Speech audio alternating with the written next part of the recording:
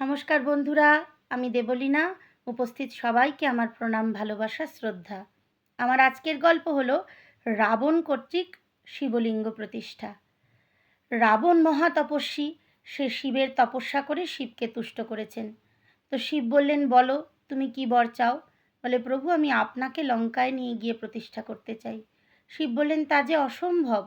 তুমি যদি আমাকে লঙ্কায় স্বয়ং নিয়ে চলে যাও, তাহলে এই পৃথিবীর শশাগড়া পৃথিবীর ভরণ পোষণ কে দেখবে? আমার পক্ষে সম্ভব নয় তা। তবে আমি একটি শিবলিঙ্গ নিজে তোমার হাতে দিচ্ছি, এটা নিয়ে তুমি লঙ্কায় প্রতিষ্ঠা করো, আমি স্বয়ং এর মধ্যে বিরাজ করব। কিন্তু এই শিবলিঙ্গ কোনোভাবেই তুমি মাটিতে রাখতে পারবে না। মাটিতে যদি রাখো আমি সেখানেই প্রতিষ্ঠিত হয়ে যাব, আমি কিন্তু আর যাব না। তো রাবণ সেই শর্তে রাজি হয়ে শিবলিঙ্গ হাতে নিয়ে চললেন আনন্দ করতে করতে। এবার দেবতারা এদিকে আতঙ্কে স্তব্ধ হয়ে রয়েছেন। কেন, দেবতাদের ধারণা হলো যে রাবণের মতো পাপাচারী দুরাচারী যদি শিবকে স্বয়ং পেয়ে যায়, প্রতিষ্ঠা করে, তাহলে তো আর রক্ষে নেই, আরও সর্বনাশ ডেকে আনবে সে পৃথিবীর জন্য। তখন দেবতারা নারায়ণের শরণাপন্ন হলেন। নারায়ণ একটি ছোট্ট বালকের বেশ ধরে গিয়ে রাবণের সামনে দাঁড়ালেন আর বরুণদেবকে বললেন রাবণের পেটে ঢুকে যেতে।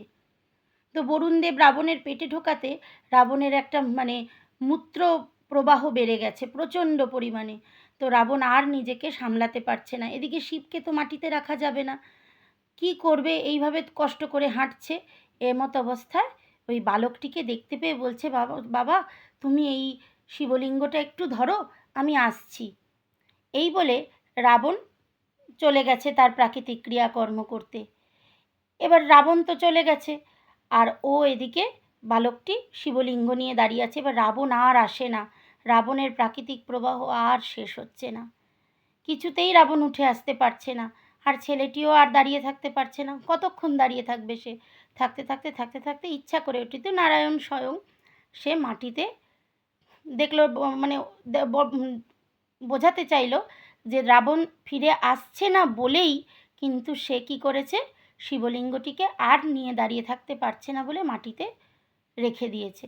এই বলে নারায়ণ শিবলিঙ্গটিকে মাটিতে রেখে ওখান থেকে অন্তর্ধান করলেন। এবার রাবণ ফিরে এসেছে, এসে দেখছে যে কেউ কোথাও নেই। শিবলিঙ্গ কোথায়? দেখছে শিবলিঙ্গ তো মাটিতে রাখা রয়েছে। এই মাটিতে রাখা শিবলিঙ্গ আর তো ওঠানো যাবে না। সে অনেক চেষ্টা করলো তুলতে, কিন্তু উঠল না। তখন শিব বললেন, আমি তো তোমায় বলেছিলাম মাটিতে রাখলে আমি আর উঠবো না। উপায় না পেয়ে মাটিতে রেখে দিয়েছো তুমি। এখন বলে, আমি তো রাখিনি প্রভু। বলে, যেই হোক রেখে তো দিয়েছে, তা আর তো আমি উঠবো না।